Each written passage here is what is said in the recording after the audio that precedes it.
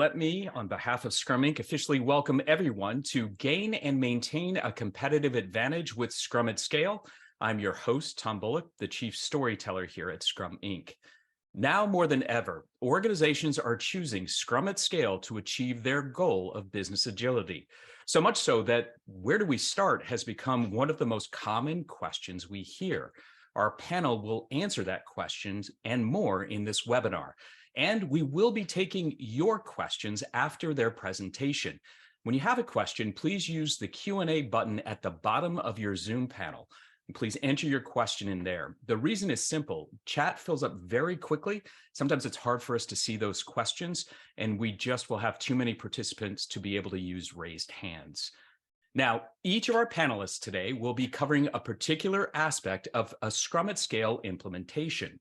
Dan Lefebvre is a principal consultant at Scrum Inc., and he will explain how to use a dual operating system with Scrum at Scale.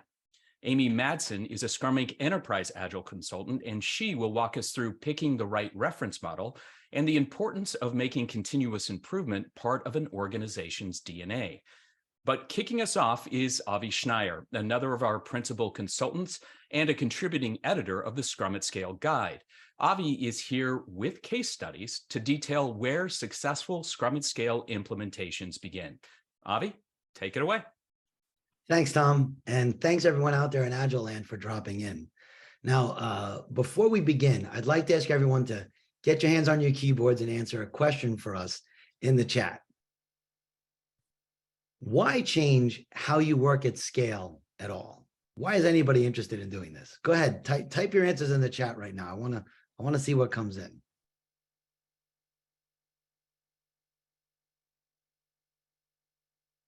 We got alignment, managing dependencies, efficiency, syncing. Well, here it comes, satisfaction, productivity. Whoa, rocket fire. All of these things, absolutely. Oh, fixing culture. All of these things are all about getting what is commonly known in most of the literature today as business agility. But what is business agility? This is a really interesting question. When I first tried to study this subject, I went out on the internet, I went into Google, and if you type in what is business agility, you'll get 100 different websites with 100 different answers. And it took a while to kind of like read them all. I really spent the time and boil it down. And what we found out was that the idea of business agility is all about gaining and maintaining a competitive advantage. Everything else after that in the definition is all like, it's just that organization's fluff that they're trying to say, oh, listen to us about this. But the core of it is all about this notion of gaining and maintaining a competitive advantage. Now, the way we do this, our main method of helping organizations to achieve their goals, their outcomes, and greater business agility is Scrum at Scale. Now, when we say the term Scrum at Scale, there's often a lot of confusion around it. And that's because Scrum at Scale has two major facets. The first major facet is the actual organization's design. The other side are the components. Now, when we talk about the structure or the design of the organization, this idea and fixing this tends to answer the two mega issues of structure and culture, because structure implies culture. When we look at the components of Scrum at Scale, the Scrum at Scale framework, we tend to be answering the problems around the mega issues of prioritization and delivery. I'd like to focus on the components because Dan and Amy are going to be focusing on structure and also how that helps to fix your culture and gain and maintain a competitive advantage. So looking at these components, the Scrum at Scale framework is broken down not just into the 12 components, but also into 2 cycles.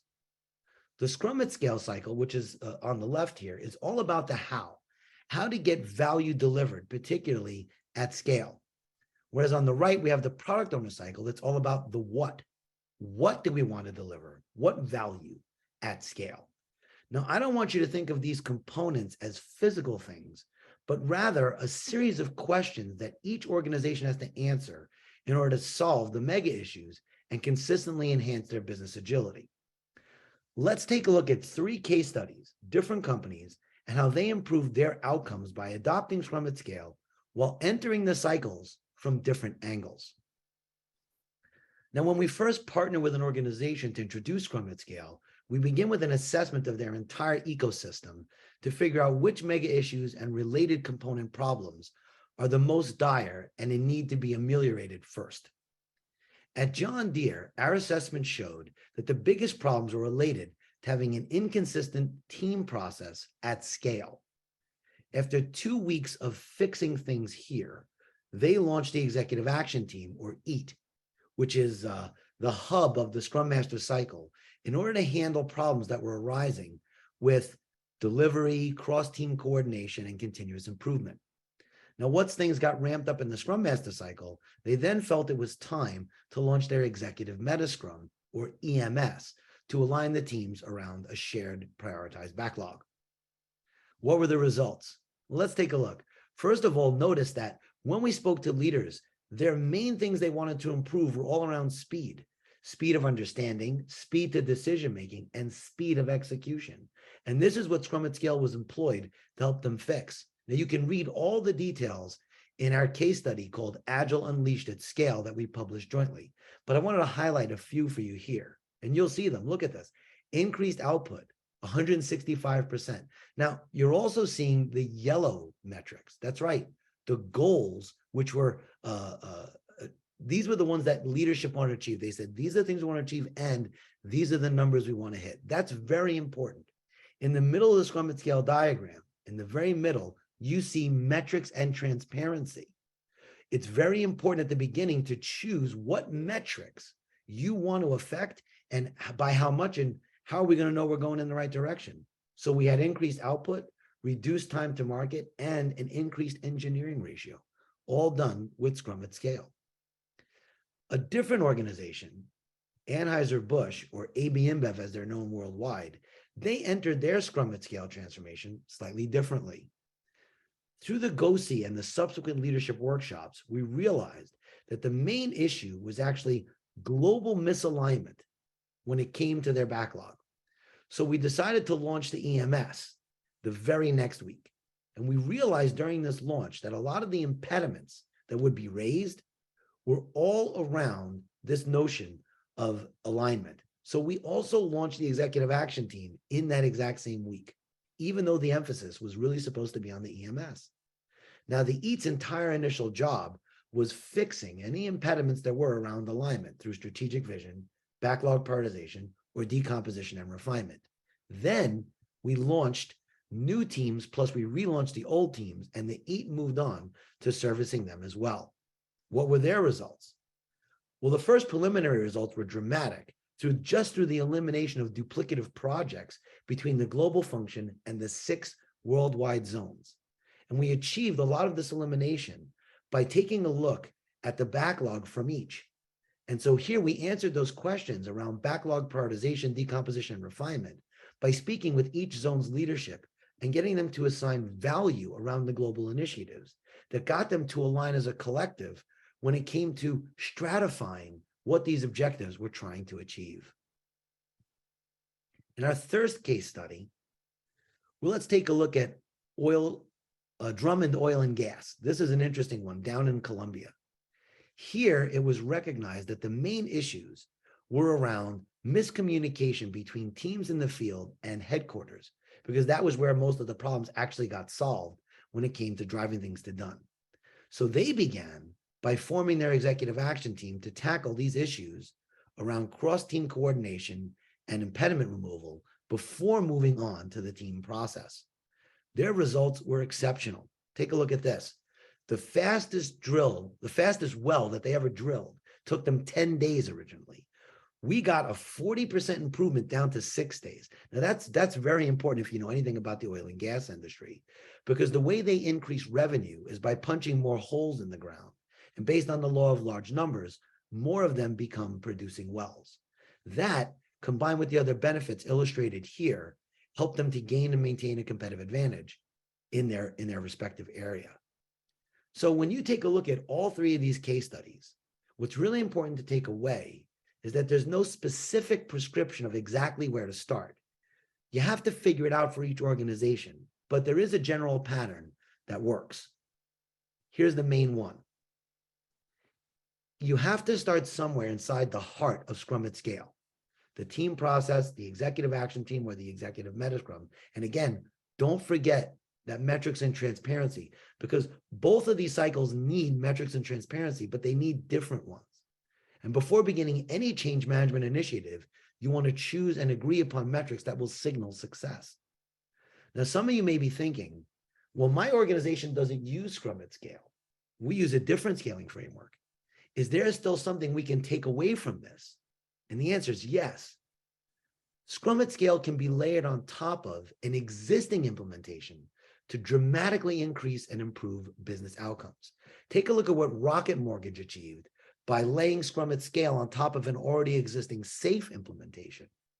The feature cycle time was dramatically reduced. Now, you can read all about the details about how they did this in our published peer-reviewed IEEE white paper. But the bottom line is, anyone can do this. Anyone can take Scrum at Scale and add it on to whatever else they're already doing to make it better. But how do you figure out where to start? This is something that we do with organizations that partner with us or come to the Scrum at Scale practitioner class, but you can do this all on your own. You need to create a heat map of those mega issues and the components of the framework to determine what you need to fix first. And it all gets done around creating a reference model. The teams, the EMS, the leadership groups that support them. And to tell us more about that and how to do it successfully, I'd like to pass this over to my esteemed colleague, Amy. Thanks, Avi. So as Avi laid out, companies enter their scaling strategy from a number of different points, reasons, points in time, and for business outcomes. The next section here that I'm going to cover for us, though, are areas you can start now, start early, and they're going to show up regardless of the path that you take. One is a reference model. What is it? How to use it? How to select it? A focus on team process and embedding continuous improvement mindsets, how we think about it, and those practices into the way we work. Let's take a look at the role of a Scrum at Scale reference model. So first of all, what is it? So a reference model is a creation of a set of teams that are performing well in your environment. And that's key. So there's two things. One, it's in your context with your products, your services, your history, your culture, and we see them performing well. So why do we want to do this? What purpose do they serve for you? You can see here they give you line of sight. What's ahead? What issues, organizational issues might we face that are going to block our agility?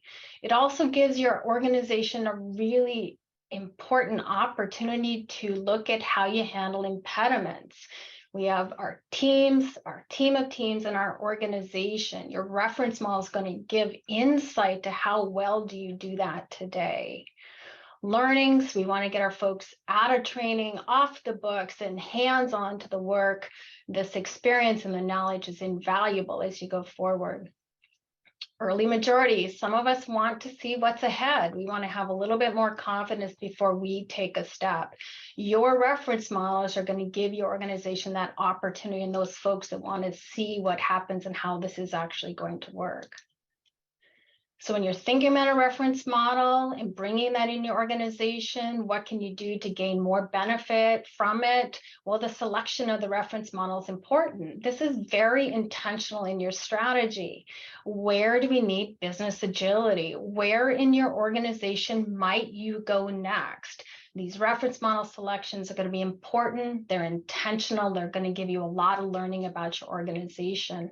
Once they're up and running, we want to give them room. Give them room to find your future state. Things like not requiring adherence to the legacy way we are working, and then also trying to say, go forward and find your future state. A lot of the legacy ways many of us were optimized for waterfall. You want to send a message, give permission to your reference model team to explore and find ways for your future state through your reference model. We talked about impediments and how to gain that competency. Experiments, we bring that into our language a lot in Agile. We want them really actively here happening. We know that some of them will end in failure, and that's okay because we've just learned something really important about your reference model, your transformation ahead. And when they do fail or when they do create learning, that's the time you want to create psychological safety around them so the men and women involved with them have a safe space for exploring. Your reference model will not remain static. You may have another strategy, an automation strategy that comes in. Your reference model is going to evolve along with that. So some accelerators, some things you want to look for that can help you on your journey. Lean in, have a shared understanding, communicate, educate your organization. What's the role? What's the value of the reference model? So when they see your reference model working, they know how to interpret it correctly. Our employees, just as much if you say your selection of your reference model, it's who's involved. There's going to likely be some ambiguity. They're going to be in discovery. You want to have those men and women that are okay, that can sit in comfort in that environment. So that will make a difference as you go forward. Some speed bumps to watch out for.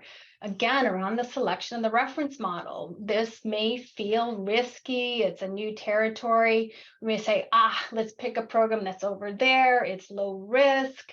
If it fails, it's okay. The counterpoint to that, however, is when it's up and running, it may not get the support it needs. So you want to pick one that has relevancy for you because it's a stepping stone on your strategy forward. The other one here before I move on that I would call out is the belief that another reference model, because it works over there, is going to work for you. Avi laid out some use cases. You saw different companies, how they came in. A lift and shift and overlay is not necessarily going to be your reference model. We encourage you to look at those, pull things from the use cases, explore with them, see if they fit. But again, find the reference model that works for you in your organization. Focus on team process. So this is the second one we want to thread in that you can get started early and continue forward. You've seen this framework, the Scrum Scale framework. You saw it highlighted how different companies step forward. Team process, again, it's a very important intersection between our Scrum Master cycle and our product owner cycle. It is our building block for scaling. What's the scaling challenge when you step in? And if you're running Scrum as your team process, it's inconsistent Scrum. So we're putting teams of teams together. Any deficiencies or variations or not quite working well are going to be magnified when we're trying to get them performing together, releasing together, delivering together. Some high-level indicators of your team process, healthy. You want to watch the flow of completed and quality tested work. It's why we're here. Want to get that product into our customers' hands. Want to see teams improving over time, a little bit, a little bit, a little bit. That's a healthy indicator that they're forming as teams. And we want to keep our folks healthy. We want to be able to work in a way that they can keep up and keep that pace. Sometimes we have these accelerated spikes and we wear them out, but we want to keep them in and healthy along the way. Team process, some considerations, especially with Scrum at Scale. We really like to focus and build a team, a fluency on some of these Scrum team patterns, especially if you're running Scrum. These are some of our favorites. Some of these are our go-tos. We coach, we integrate, we talk with you about them. Small teams, stable teams, how to know how much work to pull in, how to work together, maximize that swarming, how to handle those interrupts well so you don't get blown off your game when you're in your sprint with your sprint goal. Some speed bumps, this is just a list. You may have your own. You have probably learned some. We see these often, large teams, large stories. There's an instinct often to want to manage our teams. You want to make room for that self-managing to evolve. It'll really serve you in an organization. A backlog, that comes up often as well. There's a real artistry to putting a backlog that has a nice hierarchy. It flows, it has value, it's well understood. This is worth your time as you're building your team practice.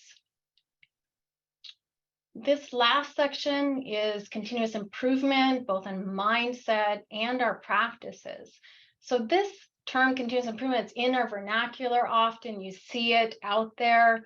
But this slide is just a reminder to connect to points of view, philosophy, why continuous improvement is a strategic enabler. I recommend it to connect with it. This is a sampling. There's a lot out there. We encourage you to get connected to things that are have meaning to you. When you internalize this and build and anchor this is why this is important, not a nice to have. We can build on that. The practices, put our hands on these. There's a great, rich, wide set of continuous improvement techniques out of Lean. If you're running Scrum, it's built in. We have inspect and adapt of our product and inspect and adapt our team. We're looking at ourselves for improvement all the time. And these are particularly helpful and valuable when you have your Scrum Masters and your Scrum Master team that are very competent in these. They know how to use them. They have experience with them, and they can bring them into your team environment. Some accelerators here with Scrum and Scale in particular as you go forward. Kaizens, we advocate to use a Kaizen, a targeted, isolated improvement and experiment that's built into backlogs. This helps it from being put aside, brushed aside when priorities start coming in, and making sure that that gets into your work. We also, the Scrum Scale framework is designed, the Scrum Master cycle is designed to help bring these teams together, bring them together for impediments or dependencies, but the good stuff as well. We can get these continuous improvements in there, the experiments that have worked, that have proven beneficial with teams, rapid dissemination through the Scrum at Scale, Scrum Master cycle. Some things on speed bumps to keep in mind. We see in here about lessons learned, which is great. The speed bump comes in, though, when they're seen as capstone and a program, closeout activities instead of embedded, continuous. The program takes advantage of them themselves as they go forward. And the last one here I'd call out that this ties to the DNA in your mindset is sometimes we see improvements as a result of something's gone wrong or corrected. We put tiger teams in, outside folks in, and this is really when you want to shift that mindset so it's healthy, it's intentional. We want to see our organizations progressing and evolving forward. So in a quick recap, on these three, the Scrum at Scale reference model, again, pick intentionally, think about your men and women that are going to be a part of that. And then certainly when it's up and running, make sure it has the support and room it needs. Strengthen, nourish, take care of your team process, and continuous improvement, thread it in, keep it going. It will serve you well on your journey. So at this point, I am going to transition you over. I'm going to put you in Dan's hands. And he's going to talk a little bit more about the dual operating system. Thank you, Amy. So I'm going to focus on the importance of the dual operating system. Amy talked about getting that team process going and the reference model.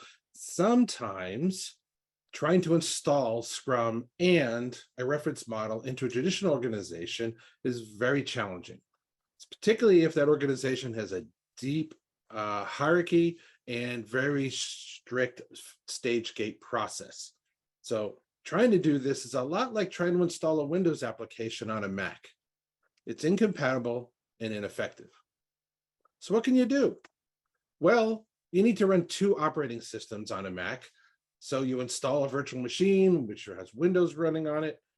Then you install the Windows application, and now this Mac is actually running a dual operating system. You can run both Mac applications and Windows applications on the same system. All right, so what does that have to do with organizational transformation? Well, you can do the same thing with an organization.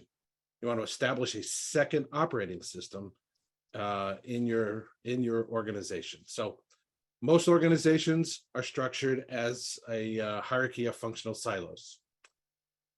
The operating system in a hierarchy is often optimized for operational excellence, cost reduction, and managing people. It thrives on certainty, stability, and routine. And it has a real hard time with uncertainty, ambiguity, and high risk. So that's what makes innovation, change, and agility so difficult in a traditional organization. So what do? Well, you want to create a structure that'll work this way. So you want to create that agile operating system by sending out an invitation to people asking for volunteers to work in a new way. Describe the importance of the opportunity you're trying to do in this agile way and how this new way of working will help achieve it. Now, these volunteers that come across will form Scrum teams where their skills will contribute to stable cross-functional teams. And there's only 3 accountabilities that we take from Scrum, which is developers to create the value, product owner for the vision and priorities, and the Scrum Master for improving the effectiveness of the team. Now, rarely is one team enough to deliver a large initiative. So what we do is we have a collection of Scrum teams working together. And in Scrum at Scale, we call that a Scrum of Scrums, which is essentially a collection of teams or a team of teams that need to collaborate together in order to deliver value. Now, this collection of teams coordinates themselves to 2 specific events. The Meta Scrum, where the team of product owners from the Scrum of Scrums, led by a chief product owner, invite stakeholders in to create alignment on the vision and priority of the backlog, the product backlog. And then there's a scaled daily Scrum, where each team sends a representative to coordinate dependencies and raise impediments during a sprint. Now, every dual operating system needs a well-defined interface between the 2 parts so that it can stay in sync with the priority and operation of the whole. In Scrum at Scale, we provide 2 such interfaces. The first one is the executive action team, which Avi talked about as the hub of the Scrum Master cycle. And this is where senior leaders from across the organization work together to create the transformation strategy, remove systemic impediments, and work to reduce the bureaucracy in order to improve the speed and agility of the teams in the Agile network. Now, these are senior leaders, and often they do not execute these initiatives. They create the strategy, but don't necessarily execute it. So they're often helped by a team known as the Agile Practice Team. Their job is to execute that strategy, focus on executing good Scrum and Agile practices within the network. And this is also where your Agile and Scrum coaches will live. Now, the second stable interface between the hierarchy and the network is called the executive meta Scrum. And this is where your senior product leaders work with other stakeholders to align the entire organization on a single set of prioritized initiatives. Now, this is very important to provide guidance for resolving conflicts within the organization without the need to escalate. You've probably often experienced multiple teams getting requests from the organization and having to decide what should we work on without having any guidance on the priorities. Well, that's what the executive meta Scrum is all about, getting that priority, making that published so people know where they should focus their energies. Now, once you have these 3 things established, you have that heart of Scrum at Scale active that Avi talked about during his session.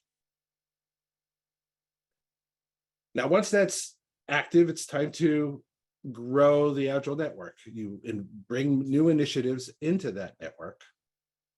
And in very large organizations, each business unit may actually create those same interfaces of a meta Scrum and an action team using their own leaders, so that there's actually a path to align the organization from the meta Scrum to the executive meta Scrum to leadership meta Scrum to the team and product meta Scrums, and a resolution path for impediment resolution and process changes from the Scale Daily Scrum to a leadership action team to the executive action team.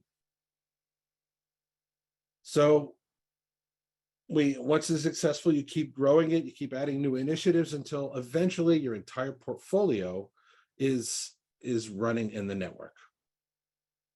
And what's important about the network is the network has a lot more advantages around innovation, agility, because it thrives on ambiguity.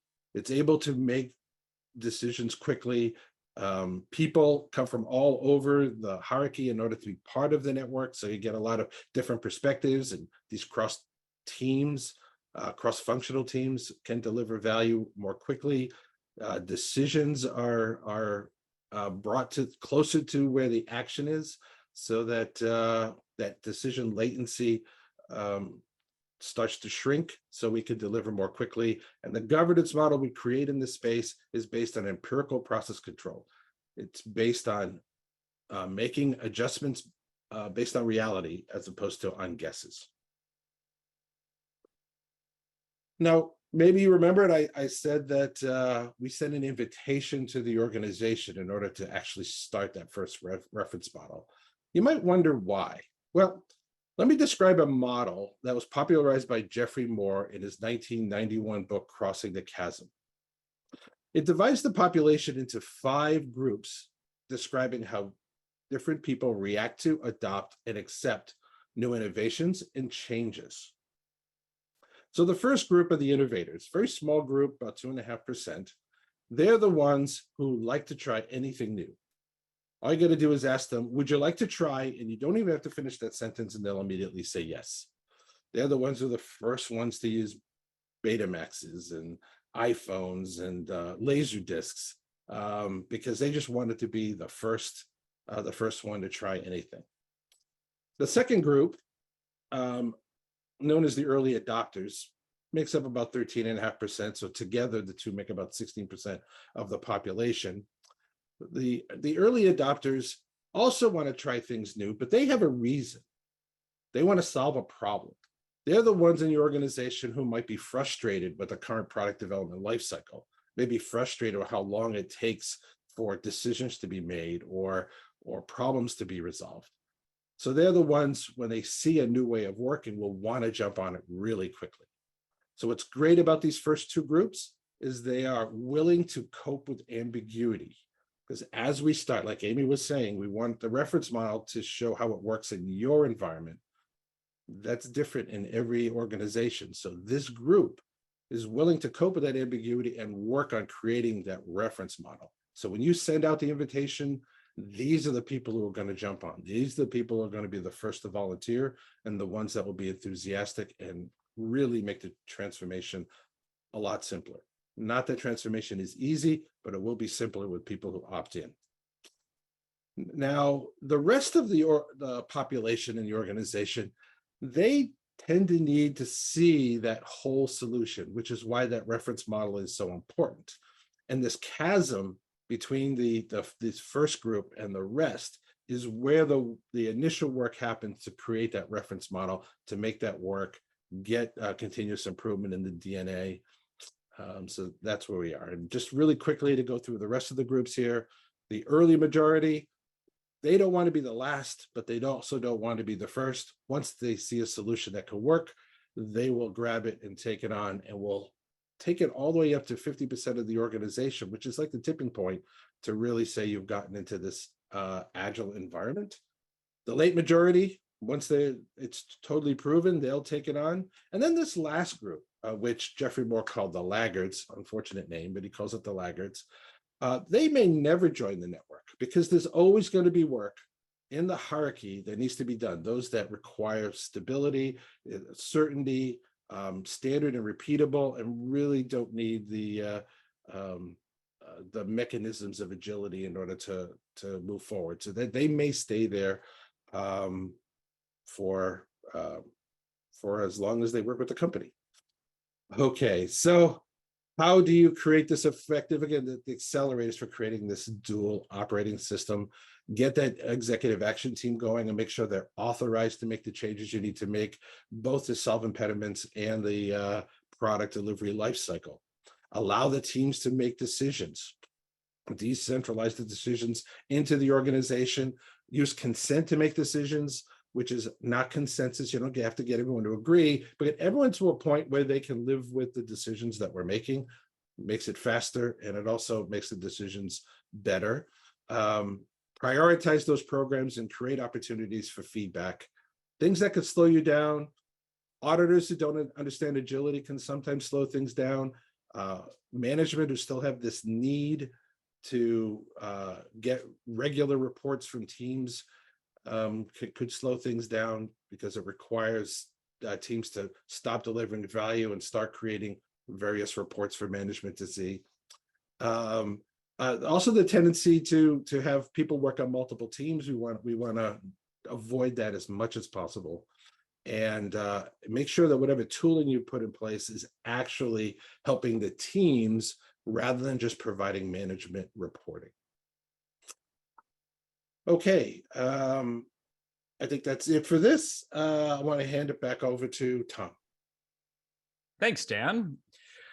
So we get to the best part of these webinars, in my opinion, which are your direct questions. You still have time. Please use the Q&A function at the bottom of your Zoom screen, so that way we can track all of the questions. And I want to start with a little housekeeping to make sure that we can answer the most common questions that we always get. In the next 24 hours or so, you will get an email from us that, yes, will include a link to where you can find the recording of this webinar. We are reposting it to make sure you can watch it, share it, use it as you like. You will also have the Scrum at Scale Readiness Checklist, which is a series of concise questions to gauge whether your organization is ready or is ready to become ready to start with Scrum at Scale. And we will, of course, include the slide deck. So again, if you do have those questions, please put them in the Q&A function. And I'm going to start here with a really interesting one. And this is a question that we saw from multiple people here. And it's not surprisingly talking about Scrum at Scale and Scaled Agile, or SAFe. A number of our attendees are interested in what is the advantage or advantages of Scrum at Scale and the differentiators with SAFe. And I know this is something that all three of our panelists can discuss. Avi, I'm actually going to start with you, since you are a contributing editor to the Scrum at Scale guide. What are the advantages and differentiating factors of Scrum at Scale when compared to SAFe? So I think, obviously the answer is very complex, but I think it all boils down to this. SAFe is an out-of-the-box solution. It has a description. It is an answer. And Scrum at Scale is the opposite. Scrum at Scale is not an out-of-the-box solution. It's something where you are custom crafting the solution for you. I think the best way I can sum it up is like this. And there's a lot of great SAFe implementations out there where they've gotten results. But the bottom line is that SAFe treats your organization like a box, right? Like if you imagine a cardboard box, and it doesn't really care what your organization is, how big it is, what it does. It puts everybody in that same box. And unfortunately, what happens when you do that is the sides of the box can bust. Now, for Scrum at Scale, I want you to have a different image. I want you to have the image of a wireframe cube. You can stuff any organization in it, and maybe they bulge out a little over here, or maybe they bulge out a little over there, but they don't break the wireframe. And that's really what the advantage is that you can custom craft the solution for you. And I think, most people listening to this have been through some type of an implementation where an out-of-the-box software solution was used that needed to be customized. And how much customization is needed? And that's kind of really what the answer is.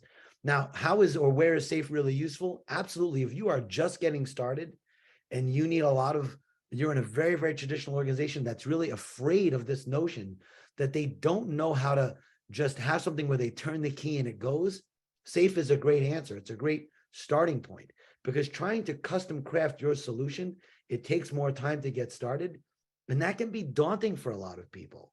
But eventually, if you really want to achieve the heights of business agility and unlock the full potential of your organization, you can still keep SAFe, but you have to do like Rocket Mortgage. You got to put Scrum at Scale on top of it, where you have to kind of graduate to it, where you're understanding that the reason why out of the box doesn't work is because every single organization has its unique culture and environment and ecosystem within which their customers and their products live. And so an out of the box solution just isn't going to answer all those questions. And Amy, it actually feeds into very much what you were talking about with the reference model. If it's an overly prescriptive framework, it doesn't give you the ability to use that reference model to figure out how it best fits within the confines or constructs of an organization, which allows it then, which Scrum at Scale does, and it seems to allow this more of a custom approach, more context-specific approach to spreading agility. Do you agree? I do agree, yeah, because as we said, it's in context, your history, your type service, maybe you have preferences in your organization that are really important to thread through. So Scrum at Scale can give you that room, that flexibility to fit it into your organization. So for sure, Tom. Okay. Dan, anything to add? You're muted, my friend. Sorry about that. Sorry. The only thing I would add is SAFe continues kind of a hierarchical structure. So you're going to get some of the challenges you get with traditional hierarchies, longer decision latency loops, because decisions still have to travel up to certain organizations. And one of the advantages that Scrum at Scale has is decisions are pushed to the teams where the work is happening. And the final point I'll actually make myself here, team, if you don't mind, which is if Scaled Agile Framework works for your organization, that's great. If Scrum at Scale works for your organization, that's great. I think the goal of groups like Scrum Inc. is not to fight the framework battle so much as it is to establish paths that people can take to achieve more through agility. And that, I think, is something that can get lost in this comparison sometimes between one framework or another. The goal is for all of us to get better, to continuously improve and to be agile. How you do it, it may be best up to your organization to try multiple options just to see what works in context best. The next thing I want to talk about actually gets to metrics, which is at the heart of the Scrum at Scale framework, Avi, that you were talking about before, that lovely triangle that really focuses on where places start. So I'm going to ask this in two parts, and I'm not really sure who is the best person to answer. So I'm going to let you, team, decide which one. The first is a general question. Where should an organization start when they're trying to determine the metrics for a transformation? So when you say the metrics for the transformation, you mean the metrics for the transformation itself, not for the products that the teams in the transformation make? My read of the question, Avi, is that it's actually what are the metrics that they should be measuring to see if the agility is paying off, if the benefits are there, if their products and services and customers are all trending in the right direction towards business agility. Right. So in the Scrum at Scale practitioner course, Dr. Sutherland is very, very clear that there are four major lenses for measuring progress. One of them is around productivity. One is around value delivery. One is around quality, and one is around sustainability. And so if you think about it, you could literally make a minimum viable set of metrics out of just those four. But within those four categories, you may find very different metrics being used to illustrate those things. One of the things I've been working on recently, Tom, particularly because I've been dealing a lot more with lean implementations and lean folks transforming to add agile into whatever it is they do, is a little phrase they say, QCD is me, which translates to quality, cost, delivery, innovation, sustainability or safety, because lean talks about safety a lot, morale, and environmental metrics.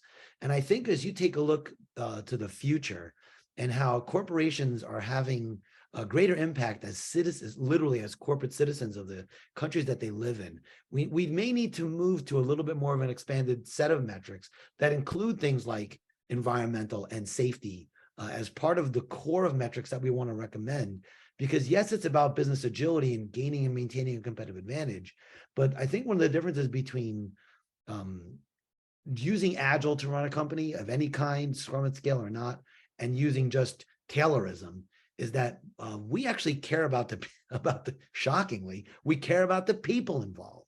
And so you need to add something else that shows that the human beings that are doing this work are just as important as the work that's being done.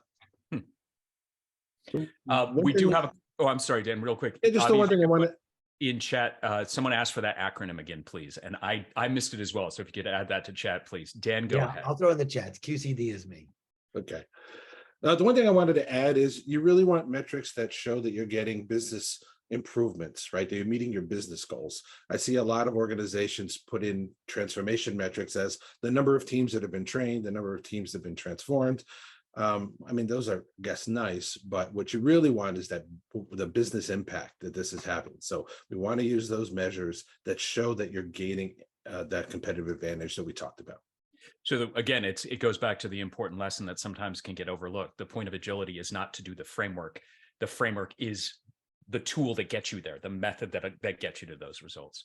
The second metric. Yes, please, Amy, go ahead. I was going to add in, I didn't hear yet, but it comes into play for consideration is when we're talking metrics with Scrum and Scale, is we talk teams, what metrics will help the team self-manage? And sometimes the metrics are more for management, oversight, and seeing how they're doing, but really want to encourage them to find what they help them self-manage. And when you talk with them, the lens flips a little bit. And it's really important to be empowered with those. So that's another consideration on metrics to enable that team as it's evolving forward. And Amy, I want to continue with you here. Also, Dan and Avi, you're welcome to join in, but we had another question about OKRs. Does Scrum at Scale or Scrum work well with OKRs? I'd like to hear what you think. Let's start with Amy. There's plenty of room for it. So I know there's preferences. People like them, they don't like them. If you happen to like them, you absolutely can build them in. You can build them in backlog, etc. There's room for them. There's no can't or won't. It really comes to your preferences. It's something you really like and want to experiment with. And I should have qualified OKRs for those who don't know. It stands for Objective Key Results. Avi, Dan, anything to add? I mean, it does work well. Oh, go ahead, Dan, go ahead. So it can work well with Scrum. The way OKRs work is cyclical. It's supposed to use feedback in order to head toward the right direction. The objective kind of becomes your product goal, your the various key results of the measures you're trying to improve, and you create experiments and execute them in your sprints. So it can fit really well if OKRs is how you want to run your business. Avi? Yeah, here's what I would say. Scrum is engineering method agnostic. Scrum at Scale is goal writing method agnostic. You can use any, whether you want to use OKRs or you want to use the 5-point goal system that we developed here at Scrum Inc. Scrum at Scale doesn't care. Scrum at Scale does care that you have goals, that they're written, that they have metrics attached to them, and that they're transparent to the organization. I think that's the most important thing to focus on, as opposed to what goal writing framework are you really, are you hitching your wagon to? Agreed. So I'm going to go back to you also, Amy, for what is a really interesting question, and one that the author notes is a devil's advocate question, but he's hoping for some color and context around it. And the question is this: isn't consistent team process counterintuitive to allowing teams to experiment and make the process their own? Are you shooting that my way, Tom? I sure am. Yeah, well, it's an interesting question because we're not necessarily looking that they do every single thing prescriptively correct together. However, what we're looking for is like in Scrum practice, for instance, the Scrum events have an outcome. Are they getting that product? Are they doing it with quality? Are they meeting the intent of those events? In between that nuance, they may organize themselves differently as a team, et cetera. So it's not that they have to do every single thing actually the same way, but we want to see that the Scrum cycle, the cadence, the outcome is consistent across the teams. John, I hope that answers your question. It is a good devil's advocate question, to say the least. Another bucket question that we have, one that we keep seeing a common theme in. I'm going to toss this to you first, Dan. It's about leadership buy-in. Surprise, surprise. This is always an interesting issue.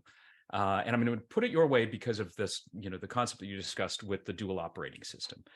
The first part of this question is how? How can you get leadership buy-in that empowers teams? And I know that's a huge question. We do tons of work on this that takes a lot more than we would have in this webinar. Sure. But what would you say is the top thing that people can try to start that process? Sure. Well, leaders are people and they have needs, right? They want to make sure that the business is successful. They want to make sure that their teams are successful. So they have things that they want to accomplish. And so how you get them to buy in is connect how what we're trying to introduce will help them get the things that they want, need, desire. That's what you need to do. So know your leaders, find out what they're constantly talking about, whatever they say in their town hall meetings and everything else that they have, the messages that show up in the annual reports.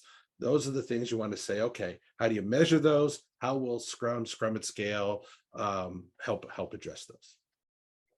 Can I add something onto that, Tom? Please. You know, every leader out there has a form of personal currency, something that speaks to them. And it's all about trying to help connect their personal currency to what it is you're doing to get them to buy in. But in all honesty, it's not about buy-in.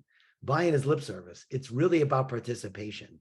What you want to show them is that their active participation will increase the probability that this metric, whatever it is they're looking for, whatever their currency is, whether it's increased revenue, whether it's cost savings, whether it's greater employee engagement, whatever it is, that's going to go up. The real secret that drives the success of Scrum at Scale compared to other frameworks or any other change management initiative is that in order for this to work, it requires not buy-in, but participation. And by getting the executives to participate early and often, the same way we want teams to release, we get better results consistently every single time. So I want to continue here. We just have a few more minutes.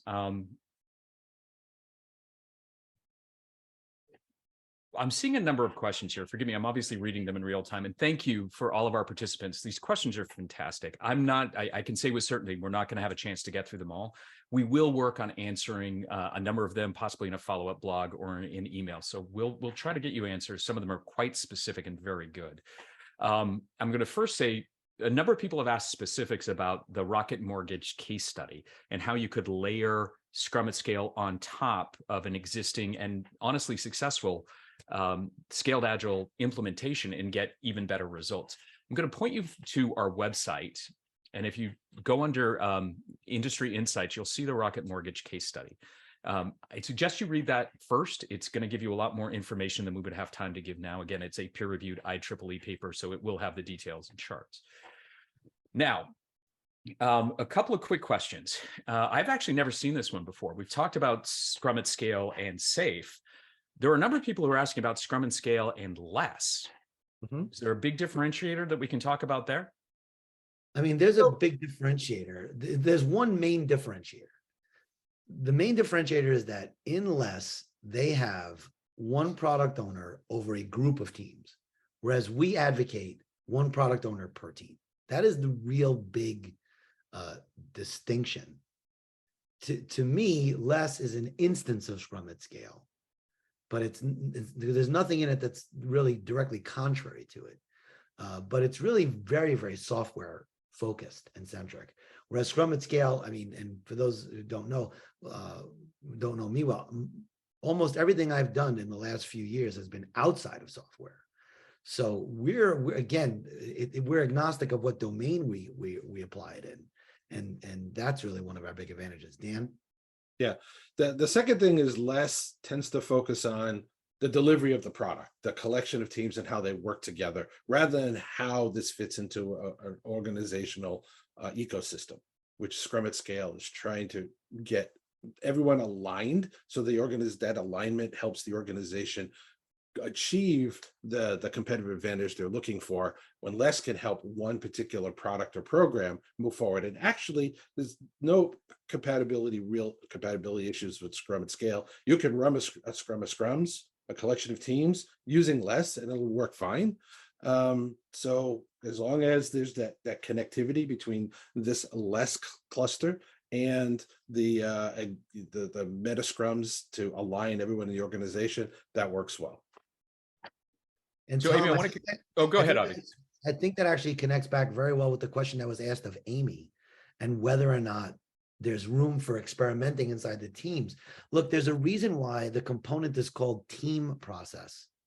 And that's because the teams can run the way that they want. It's how they plug into each other through the scaled events that really makes the biggest difference in how or whether or not this entire scaled thing you're making will work. You could put Scrum teams together with Kanban teams together with waterfall teams, And it would actually still work, provided that the accountabilities on those teams and of those roles, product owner, scrum master, chief product owner, scrum master, exist. And each of the teams has somebody going to each of the events to achieve the outcomes. It's not really as relevant as to how the individual team does any specific thing. It's how they interface with each other that matters most. Thank you, Avi. Amy, we've had a number of questions about this idea of a reference model, and I'm going to boil them down into something, hopefully that can incorporate them all. A few people have asked, why not a pilot project? And I know you have good rationale for that. But also, basically they're asking for your best tip on how to get one started. I know you go through the basics, but if you were going to boil it down to one thing, so why not call it a pilot project, and how do you jumpstart one? So the reason that I really advocate not pilot, but in a reference model is because it sends a signal to your organization that you're really committed to your transformation strategy. Pilot can set the sense of, oh, it's temporary, we'll dip our toe in, but we can pull out and go back. The reference model is a commitment to find your way forward. So I really like to advocate for reference model. It means you're committed, you're going to move all the way through and find it. It's going to take time, et cetera. That's why I advocate for that. And I know it changes, the mental orientation of it. But it matters. I mean, that's part of change management. It matters. It matters. In these transformation stories, they're faith-based. We believe we're going to find our way, right? And so it gives you that room. Tom, where to start? How to jumpstart, I would say. How to jumpstart. Well, it's combining the factors we talked about, the right relevant program, the opt-in strategy of folks, and the ecosystem that's going to support it. It's kind of a mix, a trifecta of really powerful elements that's going to jumpstart your Scrum Scale model. It's going to have the right components for you. Okay. Our final question is actually one that I was not expecting here, but it's going to go to each of you. Dan, I'm going to start with you, then we're going to go to Amy, and then end with Avi. And the question is, what books do you read for professional development? Books do I read for professional development? Well, of course, we have the books that we produce. The Scrum, doing twice the work in half the time, in the Yellow Book. But the ones I like to read deal with how to empower teams, how to get teams to work well together. So there's one book I often recommend, which is called We the People, Consenting to a Deeper Democracy, which really talks about how to get collections of teams to make decisions together and make better decisions because of it. So that's one of the key books I like. Also like books about market research. I mean, there's jobs to be done, and the Jeffrey Moore books and things like that, to learn more about how to make sure we focus our product of delivery on what the market needs, right? If you're not listening to the market, if you're not getting that feedback, if you're not adjusting, you're not really being agile. So that's really the key. So thank you. Amy. So I was scanning my bookshelf at speed here. But in addition to kind of maybe the domain area ones that are go-tos, naturally Scrum, Agile, that kind of stuff, I find myself really liking those ones around it that talk about motivation, they talk about communication styles, they talk, because really what this is a journey of a group of people. We're going to journey together through our transformation, in our work together, and there's the connective tissue of how that works as a human system. So I tend to find those really interesting because it takes what we're doing technically and putting into how do we work together as a group of humans. So those types catch my ear. Yeah, thank you very much. Avi. Well, everyone knows I don't read, so it's okay. Besides what's already been mentioned, and our own books specifically, I think the most influential book for me, especially when I first started out, besides being Dr. Sutherland's protege for over 6 years now, the book that really influenced me the most when I first started was by Jeff Watts. It's called Scrum Mastery, and he now has a series out, including for product ownership and stuff like that. They're fantastic books to really supercharge your thinking around it. But again, that's really Scrum from a single team perspective.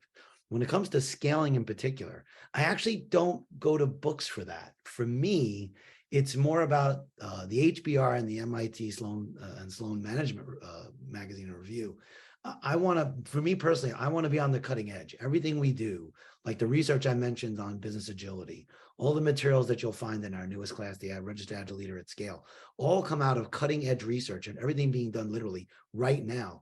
And especially in the face of how much has changed during the pandemic and the crisis in supply chains that we've seen, that's where I really go to read right now the most, specifically about scaling. Right. Well, that is all the time that we have right now. Dan, if you can take us home and bring up that slide really quick. I do want to say, and this is also an answer to a question that we saw a few times in chat. Yes, we do have scaling and advanced courses. And yes, we are happy to answer more in-depth questions about you and your organization. If you're interested in kickstarting your Scrum at Scale journey, use the QR code rather on the left, or you can scan the one on the right to find a class that's coming up. And at any point, please visit scruminc.com, where you can find all of our industry leading and thought leadership studies that we have out there. And thank you everyone for attending. It's been our pleasure to host you today.